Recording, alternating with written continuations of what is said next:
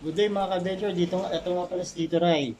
Dito nga pala tayo sa Marikina sa isa na namang fish keeper and breeder. Pero bago lahat, mag-intro muna tayo.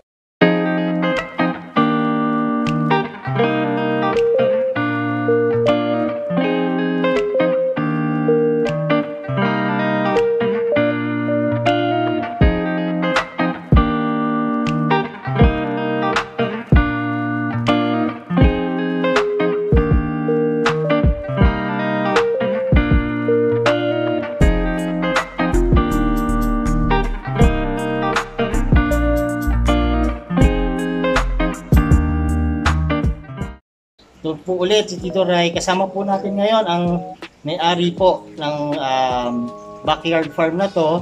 Ito po si Marco Ubaldo. Ayun Marco, kamusta? Anong pangalan nga pala ng ano mo, ng iyong farm? Ang pangalan lang nating mini small farm ay Biomec Aquatics. Biomec Aquatics. Ayun. Sige, tas papaliwanag po ni Marco itong mga inaalagaan yung mga isda. Sige, paliwanag mo. Ito yung mga ating mga female na rancho. So, bali nag-umpisa lang ako nito sa 3 pares hanggang sa dumami na rin sila. Hanggang sa nahiwa-hiwalay ko na yung ating mga classifications, nagkagaya ng mga lalaki, mga nasa breeder size na rin, at ang mga ating mga anak nila. So, hindi naman sila, kinuha ko lang din sila, pero yung mga parents, pero ngayon sila ay mga produkto ng aking pinaghirapan. Okay. Sige. Tanong ko lang Marco, maliban sa mga goldfish, ano pang mga inaalagaan mo? Before, nag-umpisa rin ako sa Gapi, Beta, pero ngayon parang mas nahilig ako sa goldfish.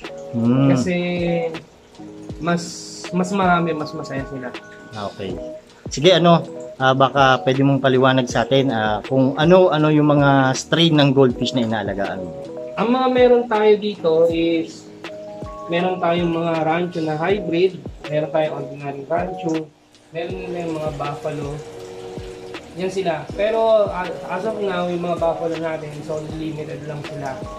So yung rancho naman natin is mga nasa common colors, which is the gold, and meron din tayong mga red and white na rancho. So yan is, kung gusto nyo pumili, gusto nyo umuha, punta lang kayo dito. Pero may schedule tayo. Kasi alam nyo na, pero may mag-entertain sa inyo dito yung brother ko. Yan naman sila. At ito naman ang ating mga pre-selected na as of now na maliliit. Ito sila. So, pwede pa silang mag-room. Na depende kung paano nyo sila i-groom mismo. Pero ito na yung mga magaganda natin. Ako nga pala si Marco Balto or Godness Boy. And this is DK, my bearded dragon. Kakampisa ko lang dito sa kanya, started 2 months ago.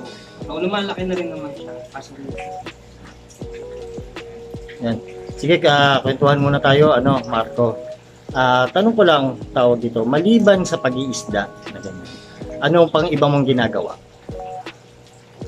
Isa akong teacher. Teacher ka? Oo, isa akong teacher sa PAX. Pero before pa rin ng trabaho, patutungo. Ewan ko, parang ito na ako, dito na yung coding simula noon hanggang ngayon.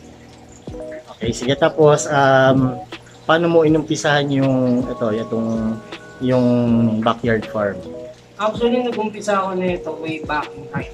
Pero mga lang yun, mga alaalaga, ganun. Then, after pandemic, before pandemic, hindi ko magbalik kasi namatay yung aking arawanan. So, nag-design ako ng mga logo. Gumagawa ako. Sabi ko, habang gumagawa ako ng logo, bakit hindi na rin ako mag-breed ng isda? Hanggang sa nakapag-breed ako ng gapi, hanggang sa dumami, hanggang sa nakilala ako sa pag-design. Pero dahil sa loob sa trabaho, huminto ako sa pag-design. Naglaylo muna. Pag may mga gusto lang, gano'n, doon na ako nag-design patanda. Pero, asing yun talagang hinahapit yung design. Hindi na ngayon. Okay. So, maliban sa breeder at fish keeper, pinagkakakitaan mo rin tong mga isda. Oo naman, kailangan natin yan. Hindi naman dahil pang personal, kailangan din natin ng pangtusto sa pangangailangan ng isda natin. Kaya hindi lang naman sa biomech makikita mga goldfish, mga beta, meron din tayong mga magna. Which is magna is napakaganda para sa mga maliliit, lalo na sa mga spry natin, lalo na mga gapi, beta. Dahil kahit sa goldfish na maliliit, napakaganda nila. Yun, saan mo nakuha or paano mo ginawa yung pangalan na biomech?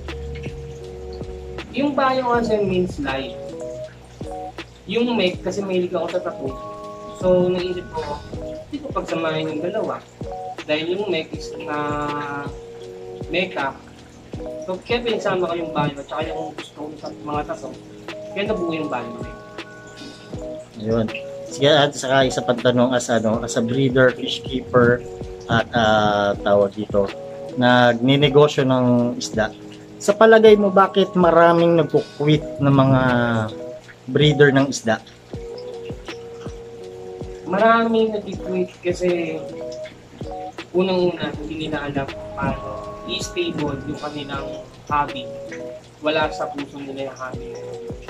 Second, ginagawa lang nilang negosyo yung pagiging hobby. Hindi dapat yun. Pag nasa hobby ka, dapat i-set aside mo yung pera. Walang pera dapat involved sa hobby. Ngayon, kung ikaw gusto mo makasustento ng pagkain ng mga alaga mo, kung may bibili, may bibili. Kung wala, dapat meron ka, sarili mo. Hindi mo siya pwedeng gawin. Sige, baka meron kang gusto mong sabihin sa mga fish keeper at mga breeder din at mga enthusiast ng isda dyan na mga nanonood. Anong message mo sa kanila?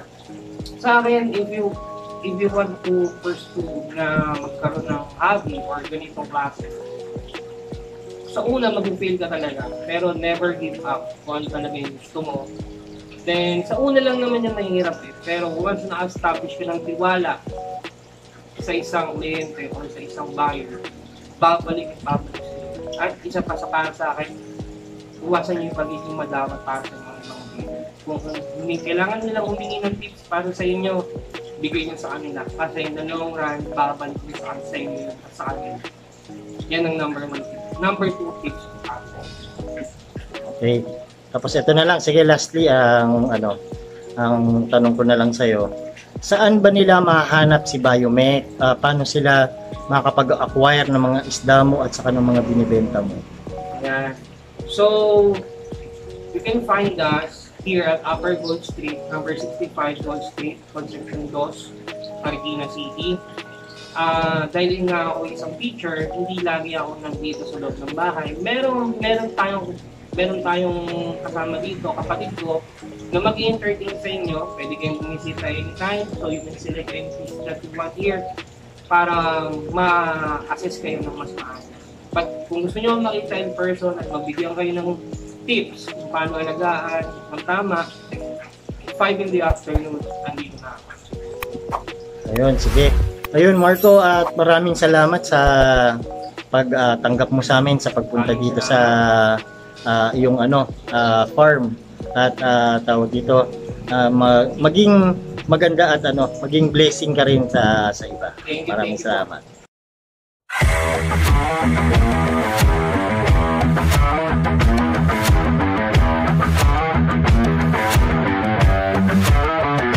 We'll be right back.